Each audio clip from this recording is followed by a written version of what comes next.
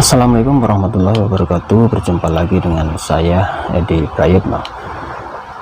Salman Rushdie dianiaya terjadi kemarin ya, beritanya lagi viral hari ini. Jadi seperti yang ditulis di dalam Detik Hot ya, si Salman Rushdie penghina Islam dengan bukunya yang berjudul Satanic Verse atau ayat-ayat setan ini mengalami penganiayaan ya. Ditulis di Detik Hot pada hari kemarin tanggal 12 Agustus tahun 2022. Insiden ini menimpa penulis buku The Satanic Verse atau ayat-ayat setan Salman Rushdie di New York pada Jumat 12 Agustus 2022. Salman Rushdie ditikam hingga 15 kali oleh seseorang. Kondisinya saat ini mengenaskan dan masih dirawat di rumah sakit. Salman Rushdie menghadiri sebuah event yang digelar di Institut South New York. Acara itu terbuka untuk umum ya, dan dihadiri oleh ribuan orang. Penikaman terjadi usai Salman Rushdie dipanggil dan diperkenalkan oleh si pembawa acara. Dia pun naik ke atas dan terjadi penyerangan di atas panggung ya, jadi disaksikan oleh orang banyak. Tak berapa lama kemudian pelaku yang melakukan penyerangan ini ditangkap, sementara Salman Rushdie yang mengalami luka-luka di bagian dada dan leher akhirnya dilarikan dengan helikopter ke rumah sakit ya. Literasi agen Salman Rushdie, Andre Weil, yang mengurusi penerbitan karya-karyanya mengatakan kondisi kesehatan sang novelis belum stabil. Dia menggunakan ventilator atau alat bantu pernafasan. Organ tubuh Salman Rushdie mengalami kerusakan parah, hatinya rusak, dan ada beberapa bagian saraf di lengan yang terputus dan kemungkinan besar bakal kehilangan penglihatan ya.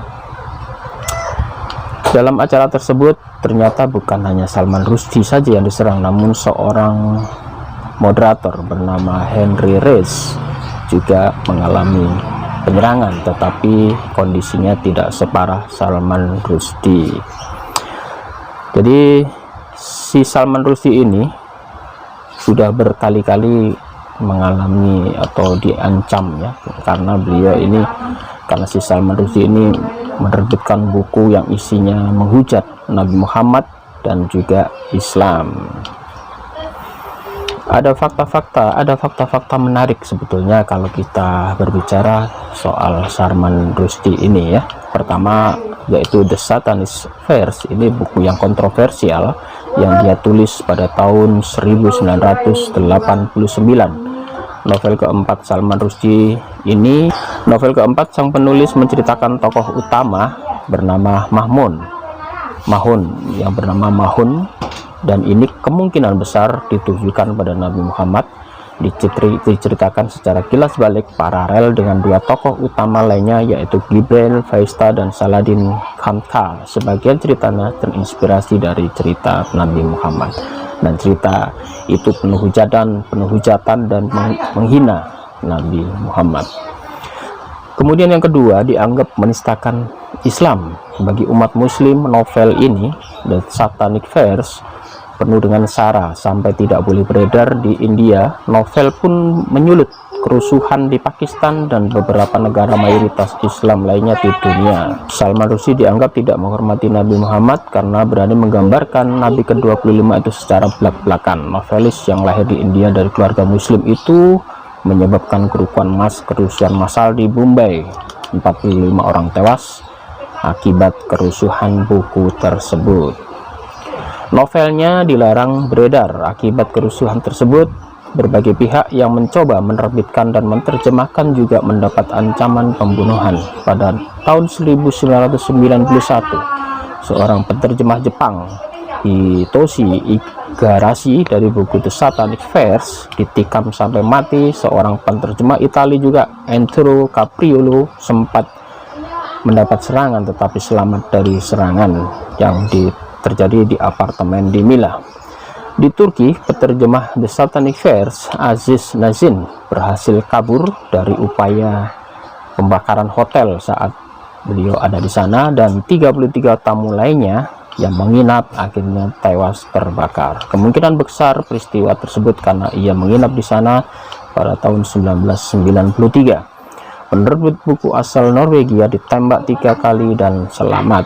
Buku itu dilarang di Iran, negara tempat mendiang pemimpin Ayatollah Agung Ruhollah Khomeini, mengeluarkan fatwa dan dekrit menyerukan untuk mengakhiri Salman Rushdie ya.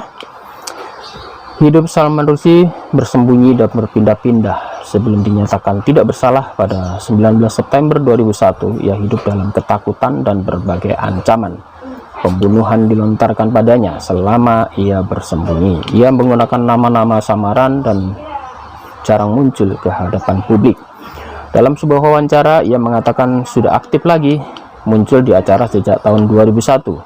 Kita hidup di dunia yang kadang subjek berubah dengan sangat cepat. Ini adalah subjek yang sangat tua, sekarang ada banyak hal lain yang perlu ditakutkan dan orang lain bisa saja dibunuhnya. Terbukti dia sekarang mendapatkan serangan ya. Karyanya sebetulnya banyak dihina, tetapi banyak juga yang memuji. Sebelum novel The Satanic Verse terbit, novel kedua Salman Rushdie yang berjudul Midnight Children yang rilis pada 1981 mendapatkan pujian internasional.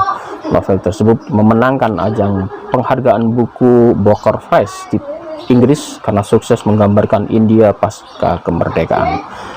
Buku-buku Salman Rushdie mencakup novel, kemudian buku esai, kemudian buku sejarah, dan Ground Banner, Head, Feet, dan Fury pada tahun 2001.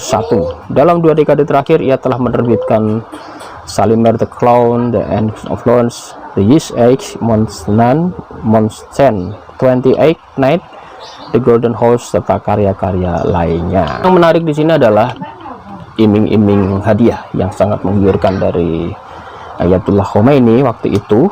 Barang siapa yang bisa mengakhiri si Salman Rushdie ini, dia akan mendapatkan imbalan yang sangat besar. Seperti yang ditulis di dalam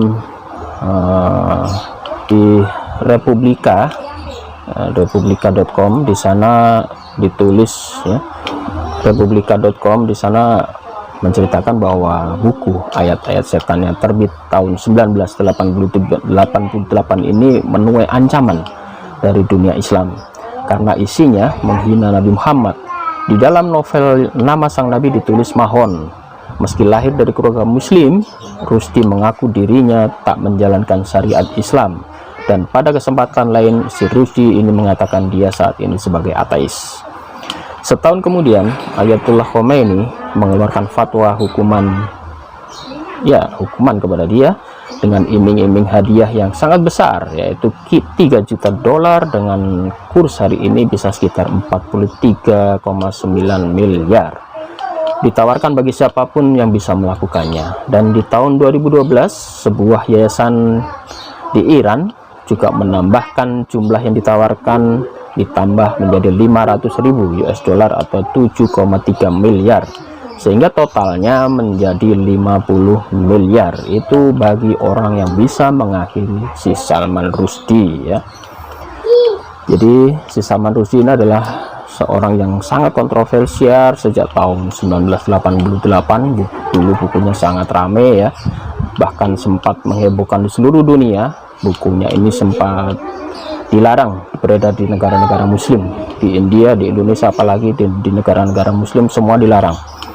Dan dari buku tersebut sempat terjadi kehebohan-kehebohan, ada demonstrasi, ada perusakan, bahkan ada yang terbunuh, 40 lebih orang terbunuh gara-gara buku tersebut. Sehingga Salman Rushdie saat itu hidupnya berpindah-pindah dengan nama-nama samaran, tetapi akhirnya setelah dia dilindungi oleh pemerintah Inggris, dia berani tampil di umum.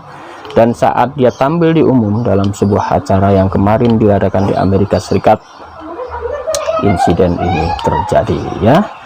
Kita sebagai umat muslim sebetulnya kita tetap menjaga persatuan ya, selama dia tidak terlalu menyerang Islam. Tetapi kalau mereka terlalu menyudutkan, menyerang Islam dengan sangat-sangat kotor, dilakukan dengan cara-cara yang tidak etis ya, itu memang perlu kita kritik.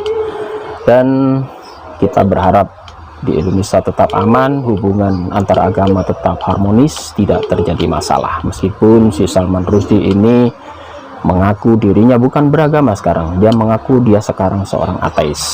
Dia dulunya seorang muslim. Ini mirip-mirip dengan si Saifuddin Ibrahim MKC juga, yang mengaku-ngaku dulunya seorang muslim dan masuk agama sebelah, menghina-hina. Si MKC sudah dihukum oleh pemerintah Indonesia, tinggal si Saifuddin Ibrahim yang sekarang ini kabur di Amerika, meminta suaka di sana. Visanya sudah habis dan sekarang dia nunggu detik-detik permintaan suaka. Tinggal 2 minggu lagi. Kalau suakanya ditolak, dia tidak boleh tinggal di Amerika lebih lama. Harus pulang ke Indonesia dan mempertanggungjawabkan apa yang dia ucapkan terhadap penghinaan-penghinaan terhadap umat muslim dan umat Nabi Muhammad. Demikian dari saya sekilas info soal Salman Rushdie.